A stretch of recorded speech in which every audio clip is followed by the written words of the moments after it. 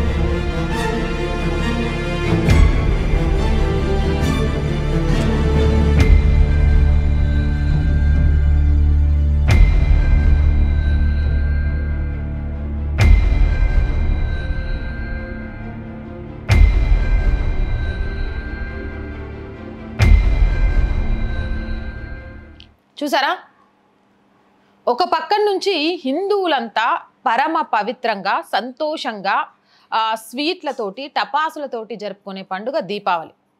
ఈ దీపావళి వేళ ఓ ముస్లిం వ్యక్తి హిందూ కారుని దహనం చేశాడు. దహనం చేయడమే కాదు, నువ్వు నీ ఇల్లు అమ్మేసి వెళ్లాల్సిందే అని బెదిరించాడు. ఎక్కడ బ్రతుకుతున్నాం?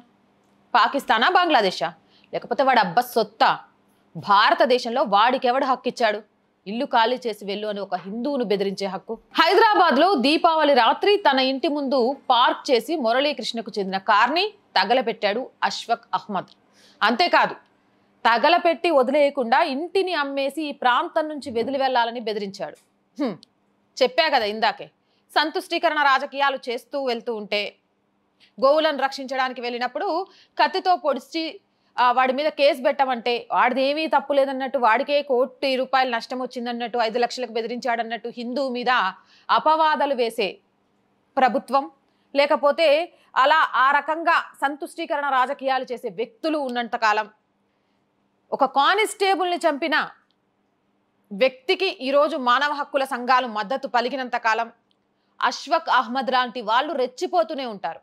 తగలబెట్టిన కారును ఏమంటారు, పార్కింగ్ చేసిన కారును తగలబెట్టడమే కాదు, ఇల్లు ఖాళీ చేసి వెళ్ళిపోవాలట. ఏడికి పోతాం? ఈ దేశం ఎవరిది? అత్యధిక జనాభా అంటే హిందూ జనాభా ఉన్న ఈ దేశంలో హిందువునే ఇల్లు ఖాళీ చేసి ఇల్లు అమ్మేసి ఈ ప్రాంతం నుంచి వెళ్ళిపోని బెదిరిస్తున్నాడు అంటే పరిస్థితి ఎంత దారుణంగా ఉంది. ఏమవుతుంది అసలు తెలంగాణలో, ముఖ్యంగా హైదరాబాద్ పరిసర ప్రాంతాల్లో చుట్టుపక్కల?